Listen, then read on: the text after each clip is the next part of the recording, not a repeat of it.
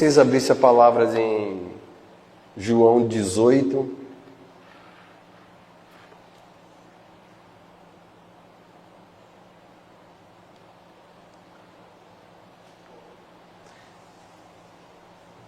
João capítulo 18,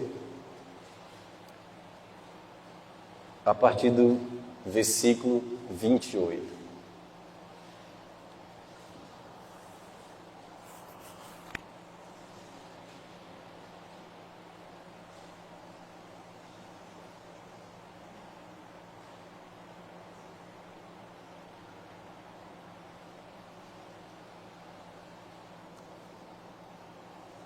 Amém? Eu vou ler na minha Bíblia. Ela é uma versão da Bíblia Viva, mas está correto aí em cima, tá?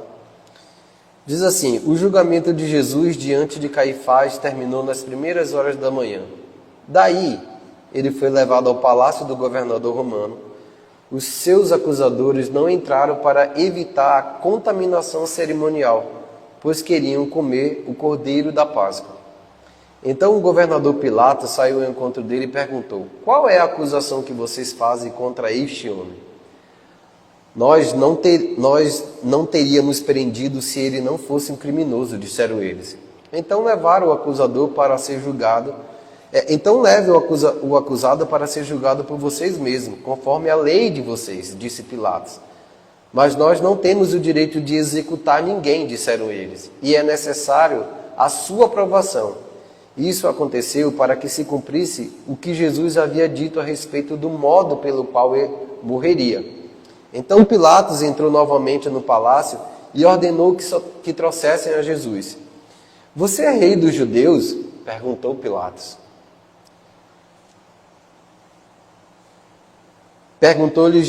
Então Pilatos entrou novamente e ordenou que trouxessem a Jesus. Você é o rei dos judeus? Inquiriu ele. Perguntou-lhe Jesus: essa pergunta é sua ou os outros falaram a meu respeito? Acaso sou judeu? Respondeu Pilatos. O seu próprio povo e os sacerdotes principais entregaram você a mim. Por quê?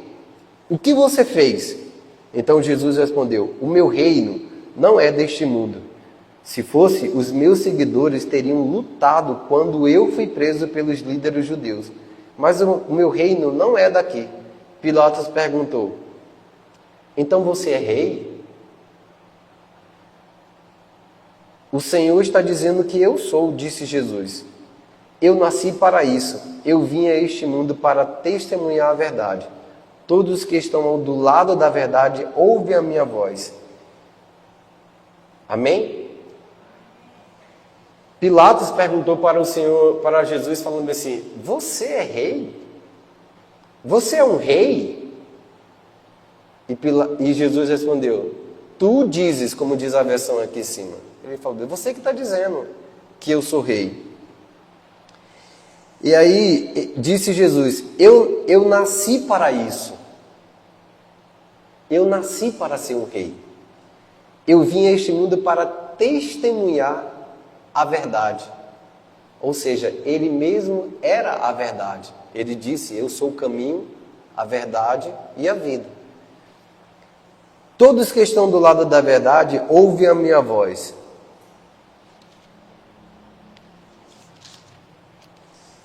Agora eu queria que vocês abrissem capítulo 19 mesmo, no versículo 28. 19 e 28.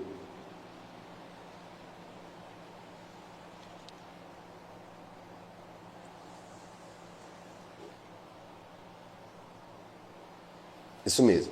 Jesus sabia que tudo estava terminado e, para cumprir as Escrituras, disse: eu estou com sede. Havia ali uma jarra de vinho azedo, de modo que ensoparam uma esponja nele, puseram num caniço e suspenderam até os lábios de Jesus.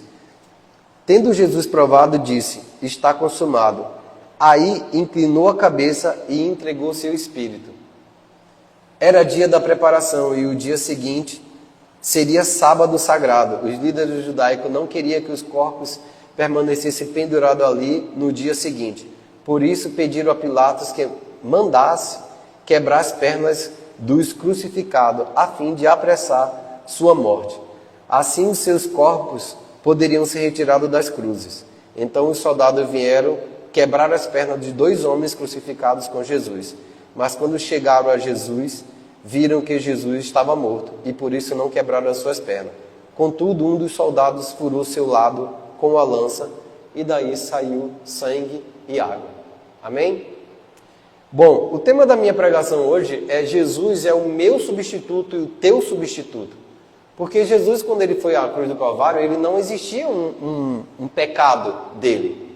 Então, naquele lugar, ele estava morrendo por causa de mim. Eu sei disso. Por causa de toda a minha natureza pecaminosa, por causa de todos os pecados que eu fiz, por causa de todas as minhas ofensas contra ele, por causa de todas as minhas iniquidades que eu cometi. Então, por causa de mim, ele estava na cruz. Eu não sei se isso é uma realidade de você. Eu não sei se você se identifica com Jesus. Quando ele está morrendo, ele morre por causa de quem? Por quem que ele está morrendo naquele lugar? Por causa de mim e por causa de você. Porque ele veio testificar da verdade e ao mesmo tempo que ele era rei. Mas só que onde que ele gostaria de ser rei? Ele morreu em função de você, para que ele pudesse ser rei do teu coração. Aqui o relato está dizendo que existiam 3 pessoas sendo sacrificadas e mortas naquele dia. Tinha Jesus e dois criminosos. Um deles era Barrabás, que todo mundo sabe. Mas aquilo ali estava representando no Velho Testamento isso aqui, ó. Existia 2 testemunhas, isso aqui era o altar do sacrifício, existia 2 testemunhos, e aqui dentro era colocado o Cordeiro de Deus para ser sacrificado. Na hora da cruz tinha 2 testemunhas também. E Jesus estava no meio para ser o sacrifício. Em todo lugar que Jesus se apresentava, ele tinha 2 pessoas que testemunhassem. Era por isso que a lei dizia: 2 ou 3 pessoas testemunhassem a respeito de alguma coisa, seria verdade. Então, aqui está o lugar do sacrifício. E naquele lugar, quando o sacerdote no Velho Testamento pegava o Cordeiro de Deus, sacrificava, colocava ali em cima, de frente um anjo para o outro, e ali era o sacrifício. Agora, quando Jesus ele entra, ele é chamado de o Cordeiro de Deus que tira o pecado do mundo. Que pecado é esse? De quem é esse pecado que ele tirou? Fale: o meu. É sobre o meu pecado que Jesus morre na cruz do Calvário. É sobre o meu. É sobre o seu. É sobre a sua natureza pecaminosa, criada em Adão. Todos descendem dele. Agora, quando Jesus morre e você aceita ele como Salvador, todos vai descender dele. Tem algum advogado aqui presente? Existem 3 formas de você pertencer a uma nação, a um país e a um povo, correto? Que é o sangue, o território e o nascimento, correto? Isso é Constituição, direito constitucional. E existem 3 formas de você ser pertencente de algum lugar: o sangue, o nascimento e o território. Correto? Está na lei. E essa lei veio de Jesus, do Velho Testamento. Por quê? Nós nascemos do sangue do Cordeiro de Deus. Nós nascemos na família de Deus, por causa do sangue. E o território. Onde é o território? Nós somos chamados de embaixadores de Cristo. Porque se você está em outro país, você pode ir à embaixada e se registrar como pertencente àquele país. É tanto que as pessoas que nascem em outro país, eles podem correr à embaixada brasileira para ser um nacional brasileiro, correto? Uma outra forma é a renúncia. Eu estava tirando a dupla cidadania em um país. Então, quando eu chego lá, se eu quero pertencer somente àquele país, eu renuncio à minha nacionalidade, correto? Então, quando você aceita Jesus como Salvador, você rejeita a nacionalidade do seu familiar, você rejeita a nacionalidade da nação que você nasceu para se tornar descendente do reino de Deus. Quando você nasce, quando você confessa a Jesus como Salvador, você nasce na família de Deus, pelo sangue, pela família e pelo território, porque é na igreja. Nós somos a igreja de Jesus. Então, nós aceitamos a Jesus como Salvador, mas quando aceitamos Ele como Rei de uma nação. Uma nação o quê? Celestial. É por isso que a Bíblia vai falar que nós não somos cidadãos daqui, somos cidadãos celestial. Por quê? Porque nascemos em um lugar que agora pertence a Jesus. Correto? Isso é direito constitucional. Mas da onde veio esse direito constitucional? De todas as leis que o próprio Deus instituiu na terra. Está lá no Velho Testamento. Toda lei, seja em qualquer lugar do mundo, ela vai ter um princípio lá no Deuteronômio, Levítico e a lei de Moisés, que são os 10 mandamentos. Mas, o que eu vou chamar a atenção de vocês é que quando Colossenses 1,4, Rafa, Colossenses 1,4, quando eu e você nos enxergamos morrendo na cruz do Calvário, quando nós estamos vendo a Jesus na cruz do Calvário, quem está morrendo sou eu e você. Porque Jesus não tinha pecado. Quem está morrendo é você.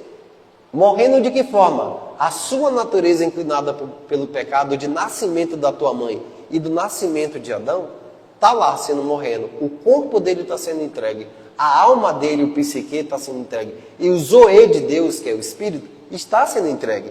Para que você tenha abundância de vida, tanto no Espírito, tanto na alma, e receba milagres no teu corpo. Por isso que quando as pessoas oram pelas pessoas e acontece um milagre, é mediante o fundamento de que Jesus morreu por você.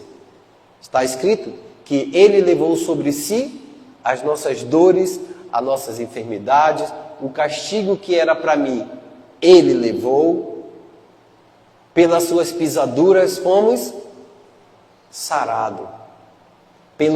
Pisaduras é a forma de como Ele andou na terra, obedecendo às Escrituras, obedecendo ao Senhor. Então, por causa disso, Ele consegue ser justamente a nossa cura, ser a resposta das nossas vidas. Então, quando nós vemos a Jesus naquele lugar, quem você tem que enxergar é você mesmo. É você que tem que se olhar naquele lugar. Porque ele não era uma morte. As pessoas não gostaram dele e foram lá e mataram ele. Ele teve, quando eu li esse texto aqui, de ele ser interrogado por Pilatos, ele teve inúmeras oportunidades de dizer assim: tá bom, sou eu sou o rei dos judeus mesmo, eu sou o filho de Deus e está tudo certo. Deixa eu confessar isso para você, Pilatos, porque então você me libera e eu posso ir embora. Ele poderia fazer, mas o tempo inteiro ele estava em silêncio. Por que ele estava em silêncio? E algumas vezes ele responde porque ele não tinha intenção de sair daquele lugar. A Bíblia também vai falar que agradou o Senhor a moê-lo ao Filho para que pudesse ter você e a mim na família de Deus. Então, Jesus era o sacrifício. O sacrifício de quem? O teu sacrifício. O meu sacrifício. Se as pessoas que estivessem na hora da crucificação soubessem e tivessem entendimento do que estaria acontecendo, na verdade era para todo mundo: vai lá, Jesus morre na cruz, faz o sacrifício para que a minha vida receba a libertação, perdão de Deus. E todo mundo estava lá chorando, gritando desesperadamente pelo aquele homem sendo crucificado, sabendo que ele não tinha culpa nenhuma, sabendo que ele fez bastante milagre, sabendo que ele abençoou bastante gente, sabendo que ele multiplicou pães, sabendo que ele fez um monte de coisas boas. Por quem que Jesus estava indo na cruz do Calvário? Por causa de mim e por causa de vocês. Colossenses 1,14, desculpa, Colossenses 1,14.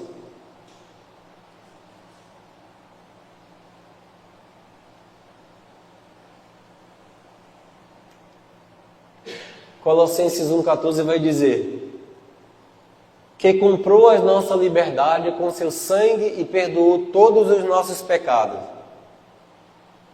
Que liberdade é essa que a Escritura está dizendo? É que nós éramos escravos do pecado e, por consequência, Satanás era o nosso Senhor.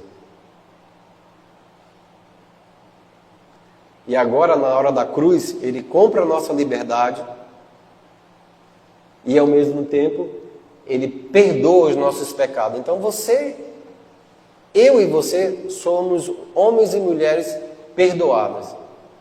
Um detalhe da hora da crucificação é que o soldado fere na lança a lateral de Jesus aqui como é que se chama isso aqui? Costela. Por que eu não sei se vocês já perceberam na hora da cruz, existia uma árvore no Jardim do Éden que tinha um fruto. Então, a árvore se transformou numa madeira para ser a crucificação. Não sei se vocês perceberam que na hora que da costela de Adão saiu a mulher, correto? Está escrito isso? A mulher saiu da onde? Da lateral. É por isso que o soldado fere a lateral de Jesus, para dizer que por causa das feridas que ele teve, todas as mulheres são perdoadas também. São abençoadas idoneamente. Então, você, mulher, é tão abençoada, tão perdoada, tão redimida, como qualquer homem, como qualquer ser humano da terra. Por quê? Porque através de Adão foi gerada a mulher e pecaram. Então Jesus vem, o homem morre na cruz e a mulher, onde é que ficava? Foi lá e feriram ela, a Jesus, na sua costela, para representar que a mulher também tinha sido redimida por causa do sangue de Jesus. Efésios 1:7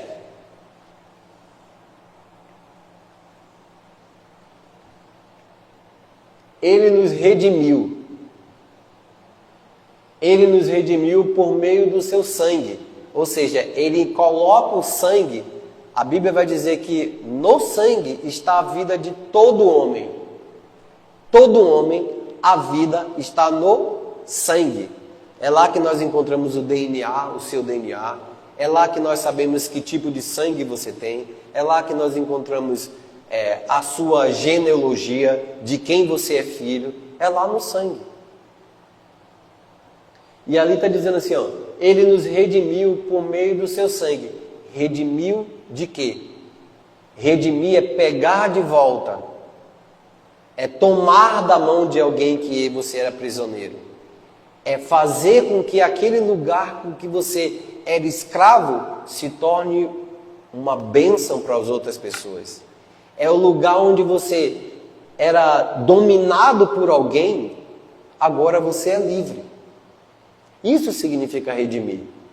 Redimidos por meio do seu sangue, perdoando nossos pecados.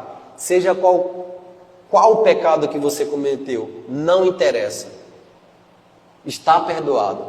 Você precisa entender que você é perdoado. Quando vem aqueles dardos inflamados do maligno, um tipo de pensamento que sempre querem te colocar, ou te colocar para baixo, ou dizer que você não é tão boazinha como se parece, ou então te fazer lembrar do teu pecado, ou dos erros que você cometeu, ou da vida que você tinha. Lembre Satanás sobre isso. Que ele me redimiu. Ele me redimiu dos meus pecados. Então, quando alguém vem me acusar, ou vocês, não sei se vocês percebem, mas um monte de pensamentos que chegam à tua mente, que não tem nada a ver com a vontade do Senhor, que não tem nada a ver com a Escritura. Às vezes você não está nem pensando sobre isso, viu um tipo de pensamento. Você é cristão e só existe duas formas e duas fontes de pensamentos. Só existe duas formas. Ou ela é de Deus, ou ela não pertence ao Senhor. Só existe duas, não existe. Eu pensei agora. Não pensou. Se está fora, se vem na sua mente, só existe duas fontes. Ou é do Senhor, ou é de Satanás e por causa do pecado e de tudo aquilo que você era no passado. Porque como você pertencia a ele, ele tem a habilidade de chegar e querer te condenar novamente. Mas você pode falar, não, eu fui redimido, o sangue de Jesus Cristo me lavou, o corpo dele estava ali me perdoando, a morte dele representava a minha morte, então significa que eu estou perdoado. É uma forma de você confessar. Confessar não é só confessar pecado. Confessar não é só confessar aquilo que você fez de errado. Confessar significa coisas que o Senhor fez pela tua vida. Porque o Evangelho é uma confissão. Nós somos chamados para confessar. Quando você vê aquela palavra testemunhar, e testemunho que isso, testemunho que aquilo, para a pessoa ser testemunhar, ela tem que confessar. Quando o juiz te chama para ser uma testemunha, você está ali para confessar aquilo que aconteceu ou aquilo que não aconteceu. Correto? É assim que acontece. Então, o juiz é Deus. O teu advogado é Jesus Cristo. Então, quando existe esse embate no mundo, na sua caminhada, e você está sempre com dardos inflamados, pensando um monte de besteira, ou então alguém está sugerindo que você pense sobre isso, você pode olhar para você e falar bem assim, eu fui chamado para confessar. Que confissão? Eu fui perdoado, o sangue de Jesus me lavou, eu sou um homem cheio da graça de Deus. A Bíblia vai falar que a abundante graça abundou sobre as nossas vidas. Então, se 2 Coríntios 5,17 vai dizer que quando alguém está em Cristo, abre para mim, Rafa, 2 Coríntios 5,17.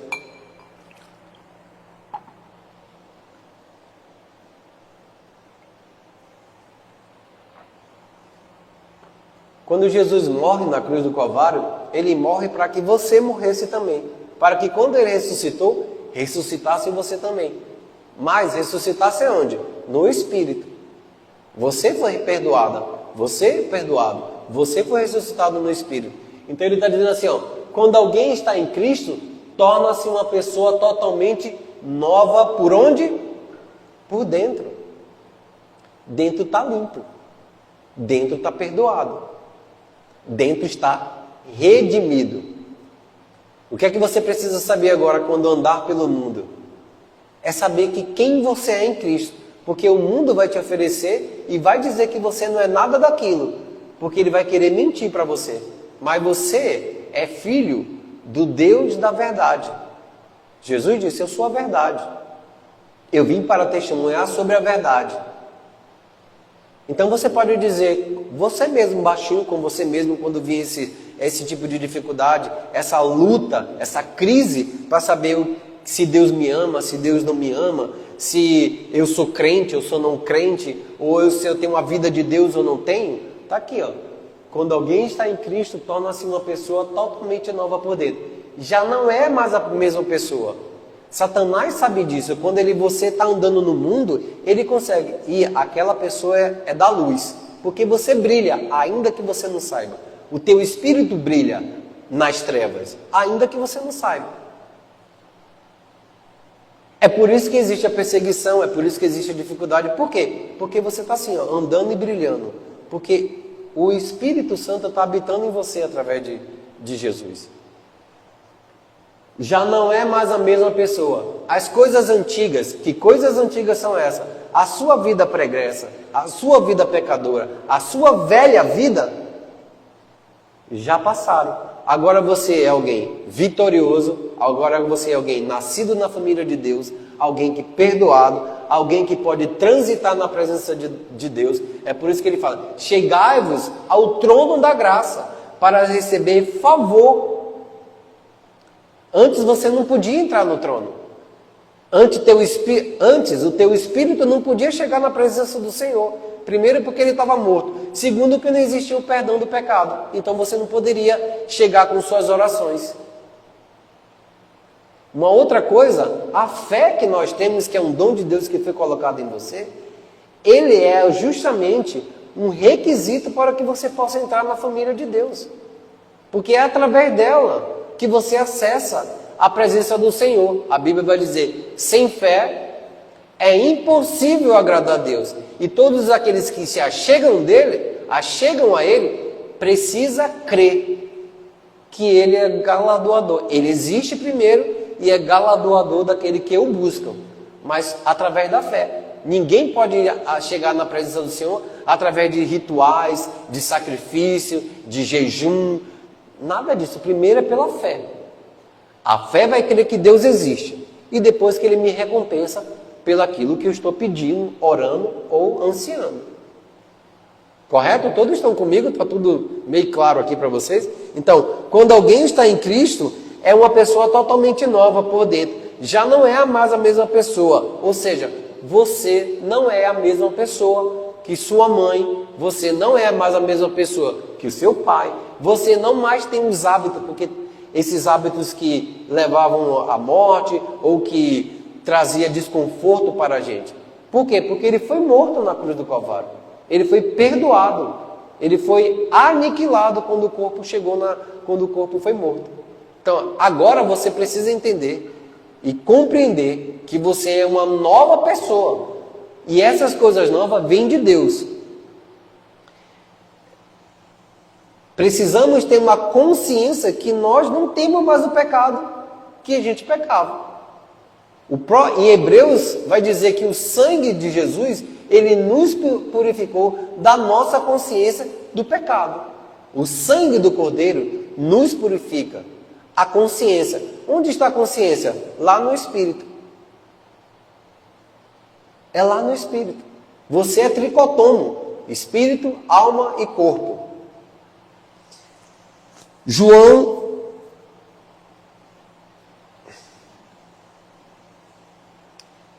1, ou 1 João 4:4. Deixa eu ver se é isso mesmo.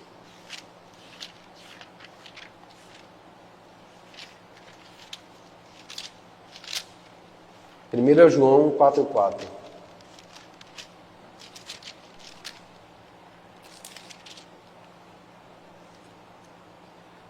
Isso mesmo. Meu filhinho, você que é crente em Jesus, que aceitou Ele como Salvador, que é nova criatura, que foi perdoado dos pecados, que foi remido das suas ofensas, agora, meus filhinhos, vocês são de Deus. Quem é de Deus tem a natureza de Deus habitando em você. Já ganhamos a luta contra aqueles que se opõem a Cristo, porque aquele que está no coração de vocês, ou seja, aquele que habita em você, é maior do que o que está no mundo. Quem habita dentro de você agora, é o Espírito Santo, é maior do que o mundo. O mundo que ele está dizendo é as suas concupiscências. A concupiscência dos olhos, a concupiscência da carne e a soberba da vida, que foi o pecado original. A Eva olhou, desejou o fruto, concupiscência dos olhos. Viu que a árvore é boa, que era boa para se comer, concupiscência da carne. Quando esse desejo chegou na vontade, ela falou bem assim: quero nem saber mais do que é que Deus falou. Soberba da vida. O que é soberba? Ser um cara orgulhoso, ser um cara soberbo, ser um homem. Ou seja, enquanto a Bíblia vai dizer: humilhai-vos, pois, debaixo da poderosa mão do Senhor. O que é humilhar? Vem da palavra humus, que significa feito da terra. Não quer dizer que você vai ser escrachado, ou que você vai ser desvalorizado, ou que alguém vai te humilhar. Não, não é isso que a Bíblia está dizendo. Verdadeiramente não é isso. Significa que você é humo, e você veio da terra. Então precisa obedecer as coisas de Deus, precisa depender dele, porque você não pode criar e nem gerar todas as coisas, somente ele. 1 João 3:8.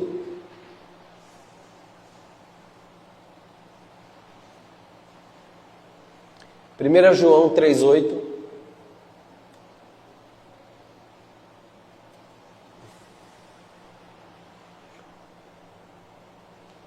Isso mesmo. Mas se vocês continuarem a pecar, isso demonstra que vocês são do diabo. Ou seja, ele está fazendo uma relação de Senhor e Senhor. Se eu sou crente e começar a voltar a pecar, se você peca, ele é fiel e justo para perdoar os seus pecados. Mas se você vive uma vida, abandona a sua comunhão com a igreja e volta a viver, significa que você não entendeu nada, você devolve o senhorio a Satanás.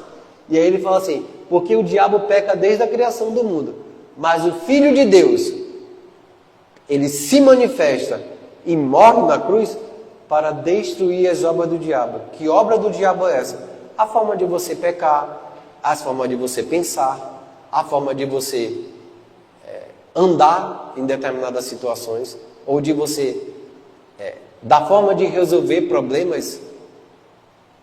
Muitas vezes faltou dinheiro, o que é que você faz? Imagine que eu era um ladrão, faltou dinheiro, o que é que eu faço? Eu vou roubar. Ele veio para destruir isso na minha vida. Estou carente, vou lá e vou me prostituir, vou cometer fornicação. Ele veio para destruir essas obras em mim, para que a natureza do pecado e a natureza em Adão fosse destruída em mim, para que a vida dele pudesse se apossar de mim. Através da onde? Através do Espírito Santo que habita em você. Filhinho, não sabeis que aquele que habita em você é maior do que aquele que está no mundo. Então, para isso o Filho de Deus se manifestou, para destruir as obras do diabo.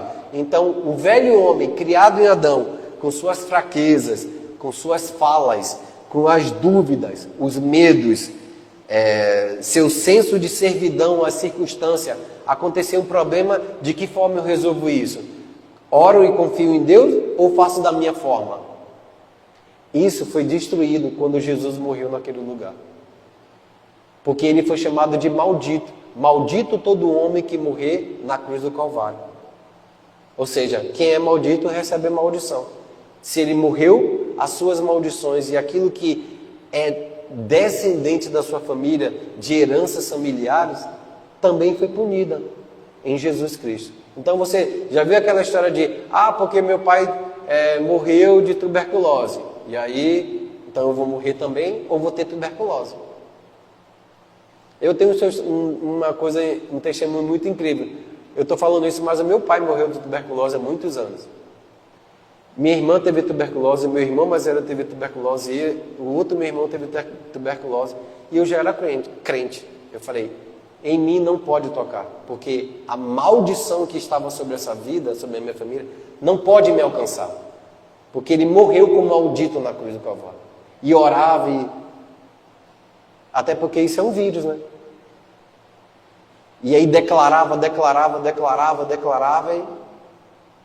e graças a Deus. Quando eu estava em Portugal, aquele surto a virose que aconteceu há pouco tempo, Covid. Hoje eu estava numa palestra de dengue, que eu toda hora dengue, traduzindo para o sul do dengue, aí na hora que fugiu agora o nome. Covid. Eu ia trabalhar normalmente, usava máscara porque era um requisito nos lugares, mas eu toda hora decantava, não vou pegar, isso não pode acontecer no meu corpo. A Bíblia vai falar em Salmo 91, que 1000 cairão ao seu lado, 10.000 à sua direita, mas nada te acontecerá. Porque a praga bota o Salmo 91, por gentileza.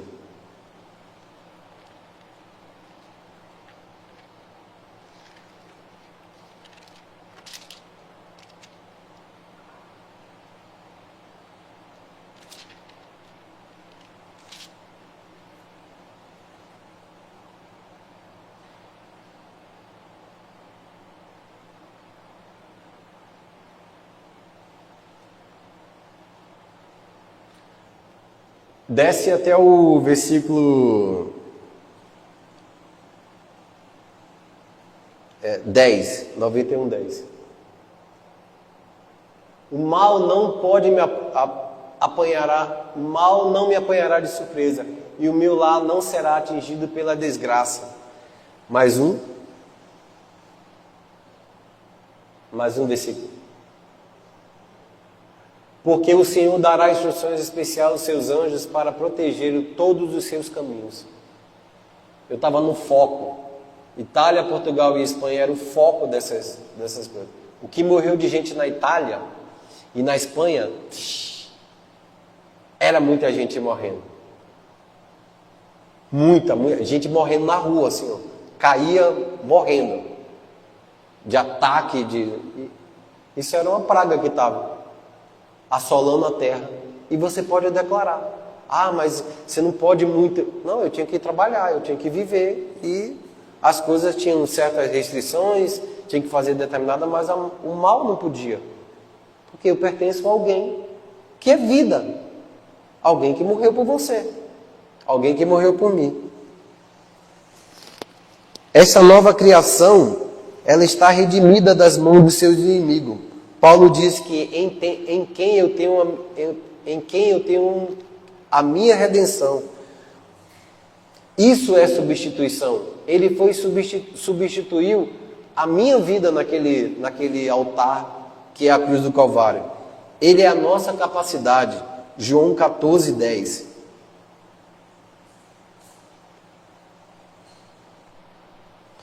João 14:10 fala assim, ó, você não crê que eu estou no Pai e que o Pai está em mim?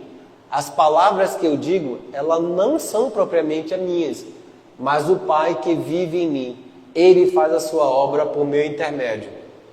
Isso era Jesus vindo à terra e tudo que Ele falava por meio do Pai. Ele não tinha que argumentar com ninguém sobre o que falar, porque todas as coisas vinham do Pai falando. Uma outra coisa é que tudo que Ele fazia era a vontade do Pai. Então, quando Ele sai, que cura um monte de gente, era o Pai curando, através da vida dele. E isso é justamente o chamado que nós temos. É que quando nós impormos as mãos, as pessoas serão curadas. Quando nós dizermos, sai em nome de Jesus, os demônios têm que submeter. Por quê? Não porque eu sou bonzinho, não porque eu sou santo, não porque eu fiz algum jejum, sacrifício. É que o Espírito Santo está habitando em você.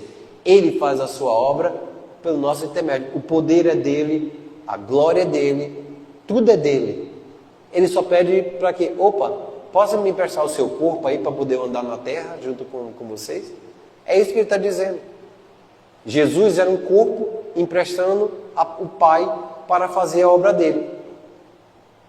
Não vê que eu estou no Pai e o Pai está em mim? As palavras que eu digo não são minhas. E aqui ele está dizendo assim, Ele faz a sua obra. Quem faz a obra? Deus fazendo a obra através de Jesus. E isso, quando ele se assenta no trono e diz, está consumado, igual a Léa sentada ali naquela poltrona, no trono, significa que agora Deus quer fazer a obra, continuar a obra, o legado de Jesus. E quem é que ele vai chamar? Os anjos? Não, ele chama você. O que eu tenho que fazer? Crer naquilo que ele está dizendo. Porque no meio das dificuldades, o que é que eu faço? Satanás vem e rouba a palavra de Deus e rouba a semente que foi colocada. Mas se nós resistirmos o diabo, ele fugirá de vós. Imagine o texto de Josué. 12 espias vão à cidade de Canaã. 10 voltam com testemunho dizendo, não entre naquele lugar, porque tem gigante, o povo é guerreiro, a terra tem muita gente, tem lá os anaquins, que é um homem forte, alto, não vai sobrar nada para a gente. Josué fala bem assim, eia, o Senhor não mandou a gente fazer isso? Nós vamos pegar esses homens como um pão para mastigar. O testemunho dos 10 dizia, nós éramos como um gafanhoto diante daqueles homens. É isso que está escrito? É. O que é que acontece? Qual era a força de Josué? Nenhuma. Ele era um homem como aqueles 10 que voltaram. O que é que Josué aprendeu no caminho da dificuldade? A crer naquilo que Deus disse que era. Deus não disse que ia enviar o povo à terra de Canaã. Ele falou, bom, eu creio. Eu não tenho capacidade para lutar com nenhum gigante daquele. Eu não tenho capacidade de lutar com nenhum. Mas quem entrou na terra de Canaã? Josué. E quem lutou? Deus lutou através de Josué. Na hora da dificuldade da tua vida, você precisa acreditar que a palavra de Deus é a sua proteção. É o teu escudo, é a tua espada. O que é que você faz? Confessa a palavra de Deus. Quando você confessa, o Espírito vem e realiza aquilo que ele tem que fazer. É assim que nós ganhamos a vitória. Porque nós somos humanos. Não temos a capacidade de vencer o maligno, as doenças, as dificuldades que assolam a nossa vida. Nós não temos capacidade disso. Quem faz isso através de nós? Quando cremos na palavra. Está faltando alguma coisa? Eu sei que meu Deus suprirá todas as minhas necessidades em Cristo Jesus. E começa a confessar, e começa a declarar, e começa a fazer. Ou seja, a fé é a certeza daquelas coisas que já existem, mas que não está na sua mão. Quando você começa a falar a palavra de Deus, confessar aquilo que Ele diz, a fé toma esse lugar e gera todas as coisas. E gera todas as coisas. João 1, 12 e 13.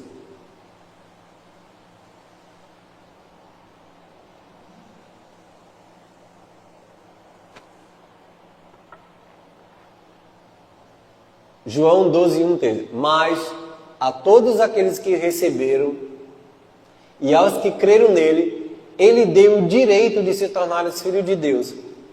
De novo, o direito constitucional aqui, ó. O direito. Deu o direito de se tornar filhos de Deus. Antigamente você era criatura de Deus. Agora você se torna filho. Sabe por que as pessoas mataram Jesus? Naquele texto lá de João, porque ele dizia que era filho de Deus. O filho unigênito, o único filho. Unigênito ali significa o único filho. E Adão era o quê? Filho de Deus ou não? Ele era uma criatura. Agora, no novo nascimento, nós somos filhos. O filho tem a mesma natureza do pai. E aqui ele está dizendo assim, agora, a todos aqueles que creram. Quem é que creu? Eu e você. Quantos já confessaram a Jesus como Salvador aqui? Então ele está falando com você. A todos os que creram, dei o direito. Tem um outro verbo que tem aqui. O direito e... Deu o direito... o poder. Deu o direito e o poder de ser filho de Deus. A palavra poder e o direito aqui tem um significado de habilidade. Agora eu tenho habilidade dentro de mim, através do Espírito Santo, para fluir essa natureza divina. Então, deu o direito de se tornar filho de Deus, ou seja, aos que creem no seu nome. Vai para o 13. Aos quais não nasceram do sangue, nem da vontade da carne. Aqui ele está dizendo assim, que não nasceram do sangue do teu pai e da tua mãe, que não tem aquele DNA, e que não nasceram na vontade da carne. Que vontade da carne é ela? É o ato sexual. A Bíblia fala sobre isso, tá, gente? Não nasceram nem da vontade do homem, da mulher, e nem nasceram do sangue, mas da vontade, nem da vontade do homem, mas de Deus. Foi Deus que desejou o teu nascimento. Foi o próprio Deus que criou todas as coisas em Jesus para que viesse ser perdoado, redimido e a natureza dele habitar em você. Para quê? Para se tornar um filho ou um direito de ser filho de Deus. Nós fomos retirados do reino da morte, assim como Jesus foi tirado do reino da morte. Quando ele ressuscitou, eu e você também ressuscitou. É por isso que a Bíblia vai dizer, porque ele nos resgatou do império das trevas para o maravilhoso reino do seu Filho. Alguém sabe esse versículo? Filho amado. Então ele nos resgatou do império das trevas.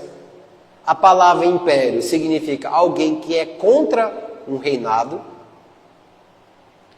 para o reino do Filho, do seu amado Filho. Ou seja, nós estamos, agora aqui, nós estamos no reino, exercendo o reino, vivendo o reino, o direito de... O seu corpo foi retirado do reino da morte física. Nosso espírito foi tirado do reino da morte espiritual. Nosso espírito foi tirado do reino espiritual. Pelo novo nascimento, nós nos tornamos participantes da natureza divina. nós nos tornamos a justiça de Deus. O que isso significa? Que podemos permanecer na presença do Pai com a mesma liberdade que Jesus tinha. Quando você vai para o seu quarto orar, tenha certeza disso, você está diante do trono. Ainda que você não veja, continua a fechar seus olhos, porque o teu espírito é quem atinge aquele lugar. É o teu espírito que está lá, na presença do Pai. Agora precisamos entender que temos a consciência da vitória. Porque se Jesus venceu, eu também venci. Só que nós vamos viver neste mundo e vamos passar pela circunstância que acontece. Passar pelas dores, pelos problemas. Não estamos dizendo que nós não vamos ter dores, dificuldade. Não, não é isso. É que através disso nós teremos vitória. É por isso que a Bíblia fala que em todas as coisas somos mais que vencedores pelo aquele que nos amou. Ou todas as coisas cooperam para o bem daquelas que amam a Deus ou ao Senhor. Temos a vitória em todas as circunstâncias. Ele nos deu isso. A vitória em todas as circunstâncias. E parece que nós nunca fomos ensinados a respeito disso, né? Eu vivi um tempo que eu nunca ouvi a respeito dessas coisas. E sofrendo minhas dores, minhas lutas, minha consciência do pecado, e eu falei assim, não, peraí, alguma coisa está errada. Eu preciso reler as Escrituras com um novo olhar. Eu preciso entender que as Escrituras dizem uma verdade pela qual eu não estava vivendo, pela qual eu não enxergava. Então eu estava sempre pedindo ao Senhor que abrisse os olhos do meu coração, que me desse espírito de sabedoria e conhecimento dele. Efésios vai falar isso. Paulo fala assim, eu oro para que o próprio Deus vos dê espírito de revelação e de sabedoria, no pleno conhecimento de Deus e de Jesus Cristo. Está lá em Efésios. Jesus podia andar na presença dos seus inimigos e não estava nem aí, muito pelo contrário. Quando Jesus passava, os demônios gritavam, oh, por que você veio nos destruir? Os demônios gritavam a respeito de Jesus. Ele não tinha nenhum senso de pecado e de condenação. E agora também você sabe que você não tem nenhum senso. Porque as Escrituras estão dizendo que Ele te redimiu, que Ele perdoou, que Ele lavou pelo sangue. Então, você não precisa ter uma consciência de pecado. Essa consciência foi lavada pelo Senhor. Então, quando o pecado bater na tua porta, quando as acusações na sua mente acontecer, você pode declarar. Pode declarar mesmo, porque, na verdade, se você está ouvindo, está vindo na sua mente, é porque alguém está falando. É a mesma história de Jesus caminhando no deserto e Satanás chega lá e fala bem assim, por que você está passando tanta fome? Você é Deus. Eu ouvi o Pai descer lá em forma de... O Espírito Santo descer em forma de pomba e dizer assim, tu és o meu filho amado a quem me comprais. Satanás ouviu isso e vai lá e fala assim, eu sei que você é filho de Deus. Para de passar fome, para de jejuar, transforma essa pedra em pão. Da onde que ele estava ouvindo isso? De Satanás. Quando você ouve alguma coisa desse tipo, é Satanás falando. E você pode falar igual a Jesus, nem só de pão viverá o homem. Quando alguém te condenar alguma coisa, você fala, o sangue de Jesus me redimiu de todo pecado. Eu fui perdoado, eu fui redimido. Eu sou vitorioso agora nas circunstâncias. Aonde eu tinha pecado, superabundou a graça. Ou seja, aonde eu era derrotado, agora eu tenho vitória. Aonde eu tinha dificuldade, agora eu tenho resposta. Aonde eu vivia oprimido, agora eu sou liberto. Você tem que dizer isso. O inimigo precisa entender e saber que você é essa pessoa.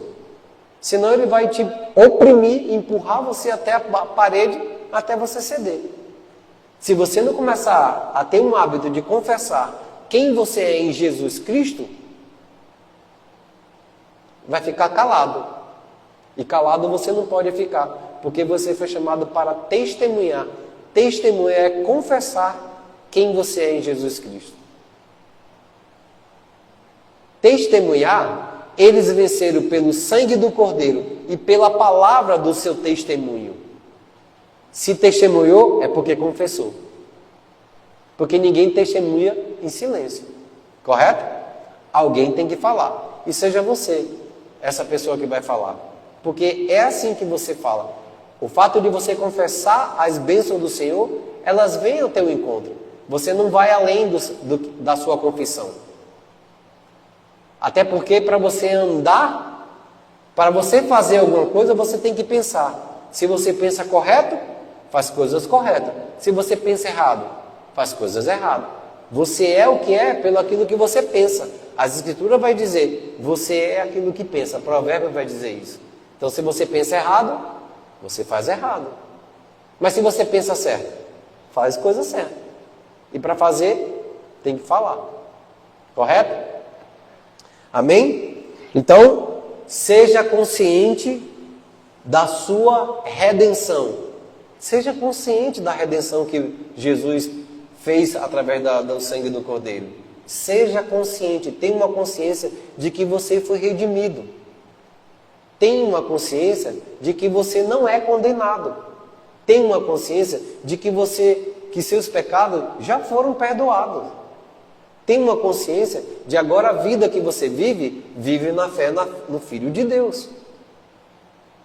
É assim que você vai caminhando de fé em fé, de glória em glória, de vitória em vitória. Por quê? Porque na hora da luta, na hora da dificuldade, na hora do problema, você tem que pegar a fé como escudo e a espada do Espírito para poder começar a guerrear.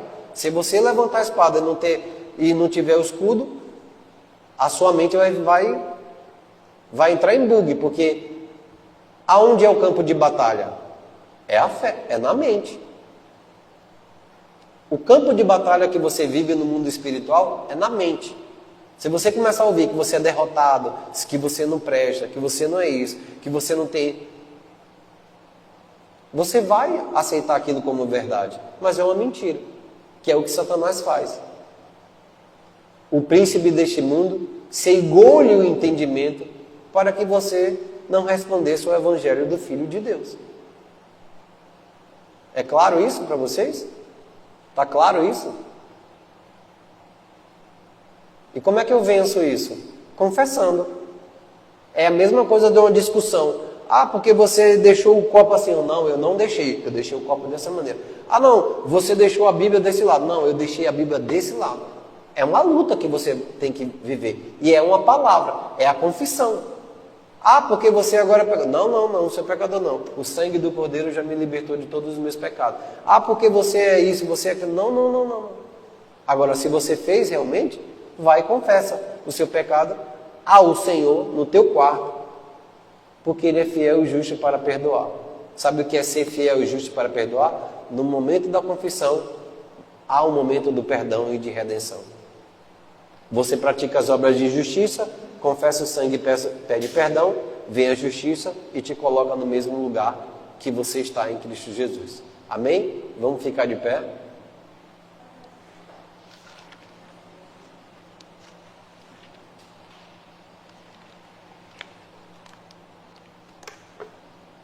Rafa, depois você termina, eu vou orar e você termina.